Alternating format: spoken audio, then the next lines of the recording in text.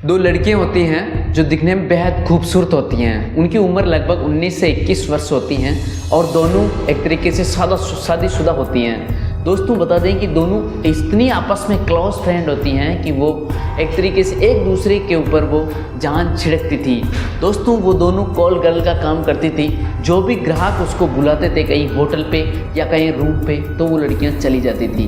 दोस्तों एक दिन की बात ऐसी हो जाती है जो हर कोई सुन के दंग और परेशान रह जाता है, क्योंकि ऐसी हैरान कर देने वाली घटना को जब पुलिस वाले भी सुनते हैं और जो उनको सॉल्व करते हैं वो बहुत हैरान कर देने वाला है। दोस्तों एक वो जो पत्नी होती है जो अपने पति के पास जो कॉल गर्ल के रूप में पहुंचती है, तो पति के पैरों तले ज़मीन खिसक जाती है। और जो पत्नी भी अपने पति को कॉल गर्ल बुलाते हुए जैसे ही सामने देखती हैं तो पैरों तले दोनों की खिसक जाती हैं और दोनों के बीच में इतना बात विवाद बढ़ जाता है।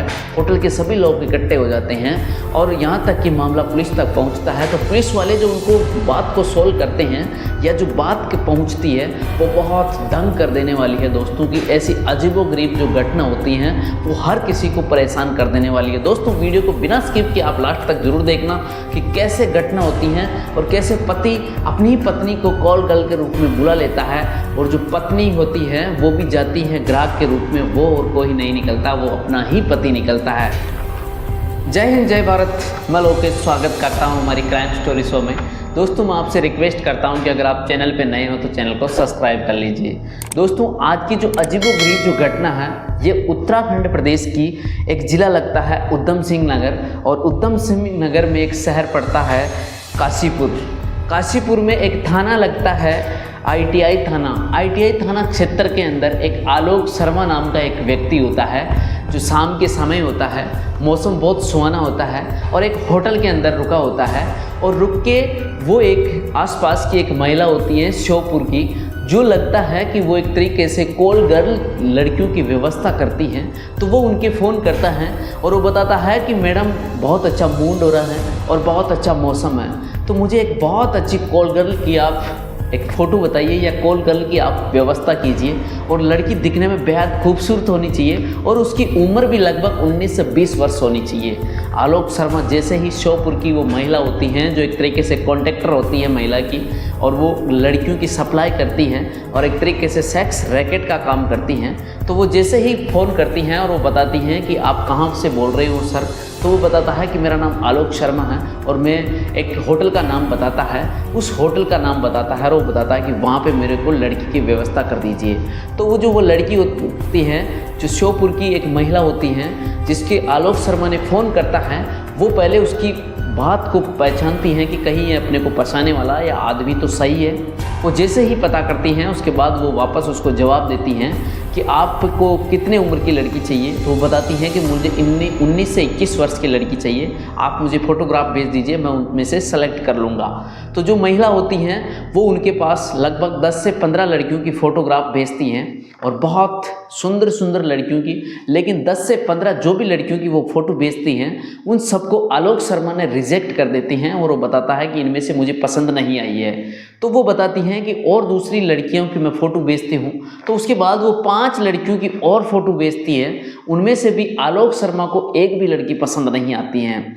तब वो महिला बताती हैं कि अब मेरे पास 2 लड़कियां हैं जो दिखने में बेहद खूबसूरत है, लेकिन उनकी रेट बहुत ज़्यादा है। तो जो आलोक शर्मा होता है वो बताता है कि बिल्कुल आप रेट की कोई चिंता मत कीजिए, आप तो हमें लड़कियों की फ़ोटो भेजिए।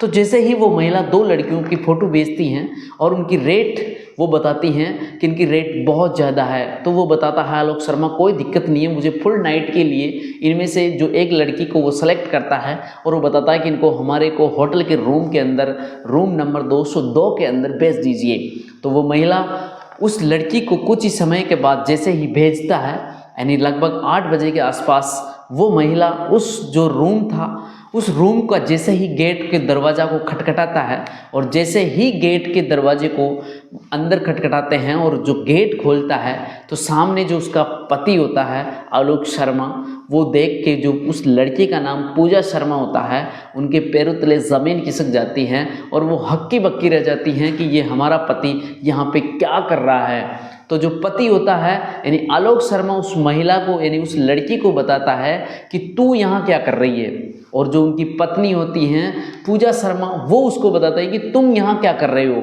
दोनों के बीच में कहा सुनी हो जाती है और अंदर से वो गेट बंद कर लेते हैं और गेट के अंदर पहले कहा सुनी मारपीट में बदल जाती हैं और जो आलोक शर्मा होता है उस महिला पे भारी पड़ता है और उसको बेरहमी से कूटता है, मारता है, पीटता है। तब होटल के कर्मचारी और आसपास के लोग वहां पहुंच जाते हैं कि आखिरकार ऐसा क्या मामला हुआ है। तब दोनों आपस में लड़ रहे थे, लड़ते लड़ते रूम के बाहर निकल जाते हैं और जैसे ही बाहर निकलते तो वो अपने घर की बात कर रहे थे, बता रहे थे कि तू यहाँ क्या कर रही है और वो बताते हैं कि तू यहाँ क्या कर रहा। ऐसे में होटल के मैनेजर स्टाफ कुछ समय के बाद पुलिस वालों को वहाँ पे बुला लेते हैं। जैसे ही पुलिस वाले वहाँ पे आते हैं और जब आते हैं तो उनकी बात वहाँ तक नहीं बनती है तो दोनों को पुलिस की गाड़ी में बिठा के थाने में ले जाया जाता है। दोस्तों जैसे ही थाने में ले जाते हैं उसके बाद पुलिस वालों के सामने जो वो दोनों बयान करते हैं, दोनों जो बात खोलते हैं, जो कॉल खोलते हैं, वो बात इससे भी बड़ी बात हैरान कर देने वाली है। दोस्तों जैसे ही थाने में पहुंच जाती हैं उसके बाद दोनों जो आलोक शर्मा होता है वो बताता है कि मेरी एक सहेली यानी लड़की जिसके साथ ये इसकी सहेली है वो मेरे को बारे में बता रही थी इसके बारे में कि ये एक तरीके से गलत काम करती हैं, धंधे वाला काम कर रही हैं और एक तरीके से सेक्स रैकेट वाले जो काम करती हैं उस महिला के साथ रहती हैं। तो मैंने इसको एक तरीके से रंगे हाथ पकड़ना मेरा उद्देश्य था। तो मैंने इसको पहले कॉल गर्ल के माध्यम से जिसके साथ ये रह रही थी, जिस टीम के साथ ये काम कर रही थी, इसके ओनर से मैंने कांटेक्ट किया और उसके बाद इन्होंने मेरे को काफ़ी लड़कियां मुझे बताई, लेकिन मैंने उनमें से सेलेक्ट नहीं किया और सिर्फ मैंने इसको ही सिलेक्ट किया क्योंकि मुझे इनको रंगे हाथ पकड़ना था। तो ये बात बोलती हैं। तब महिला जो पूजा शर्मा होती हैं यानी उस आलोक शर्मा की पत्नी, जो वो धंधा करने वाली लड़की, वो उनको वापस ये बात बताती हैं कि मैंने इसको रंगे हाथ पकड़ने के लिए ये काम किया है क्योंकि ये इनकी कहीं लड़कियों के साथ, कहीं औरतों के साथ नाजायज़ संबंध है। तो मैंने इनको पकड़ने के लिए, इनको रंगे हाथ पकड़ने के लिए मैंने इस काम के अंदर घुसा है। तो दोस्तों ये बात पुलिस वाले जब उनकी सारी बात सुनते हैं, समझते हैं, तो वो बहुत एक तरीके से फंस जाते हैं कि आखिरकार इनका क्या किया जाए। तब उनको पूरा जो एसपी होता है धर्मेंद्र सिंह, वो भी वहाँ मौके पे पहुँच जाता है क्योंकि मामला सोशल मीडिया के माध्यम से बहुत तेज़ी से वायरल होता है और काफ़ी मामला बहुत आगे बढ़ता है। तब वो वहाँ पहुँचता है और उन सारी बात को पूछते हैं और उनको घर का मामला बता के उनको शांत कर दिया जाता है। लेकिन जो महिला होती हैं जो सेक्स रैकेट का जो काम चलाती थी, उनको एक तरीके से पकड़ा जाता है, उसको बुलाया जाता है कि तू ऐसे लड़कियों की सप्लाई कैसे करती हैं। तब उसको पकड़ने के बाद सारी लड़कियों को वहाँ पे बुलाया जाता है थाने के अंदर और उनका जो धंधा होता है उनको बंद कराने की पूरी पुलिस वाले कोशिश करते हैं। और जब कोशिश करते हैं उसको संबंधित धारा लगाते हैं, उस महिला के साथ जो लड़कियों की सप्लाई करते हैं उसको संबंधित धारा लगाने के बाद उसको सारा धंधा बंद करके उसको सलाखों के पीछे भेज दिया जाता है।